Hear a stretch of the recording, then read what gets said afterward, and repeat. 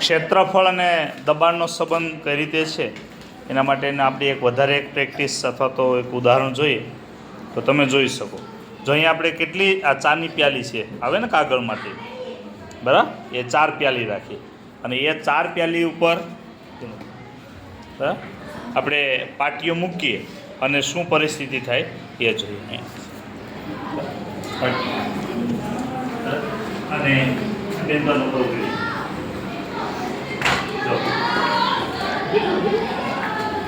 જો શું થયું, હવે પ્યાલીઓની સંખ્યા વધારે.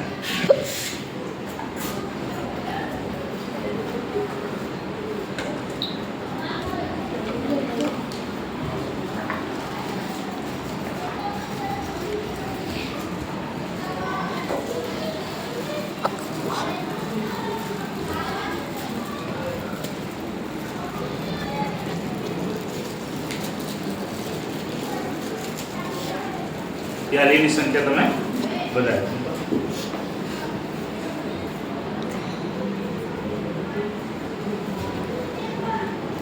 મતલબ સપાટીના ક્ષેત્રફળમાં શું કર્યો? વધારો કર્યો, ઘટાડો? વધારો. અને આ જ કાગળની પ્યાલી ઉપર ફરી પાછું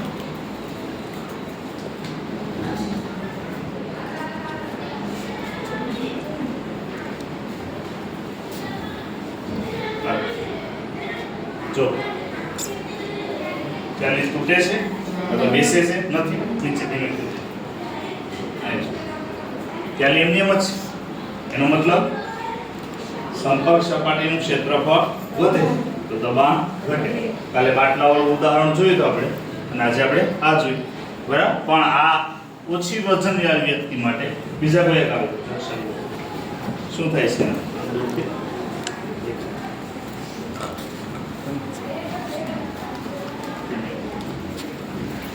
જો આમાં શું થાય, એક સાઈડ ઉપર છે, બરાબર, એનું લેવલ ઓફ કંટ્રોલ ન એટલે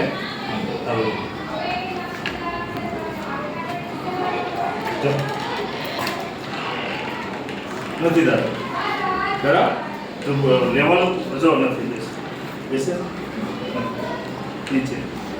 સંપર્ક સપાટીનું ક્ષેત્રફળ વધે તો દબાણ ઘટે. એટલે આ કાગળની પ્યાલી ઉપર આપણે ઊભા રહી શકીએ. એટલે એક ખીલ્લીવાળું સાધન એક હતું આપણી પાસે, કેટલી બધી ખીલ્લી હતી, એનો પર તમે ઊભા રહી જાવ તો તમને ખીલ્લી પગમાં ખુશે જુનાગઢ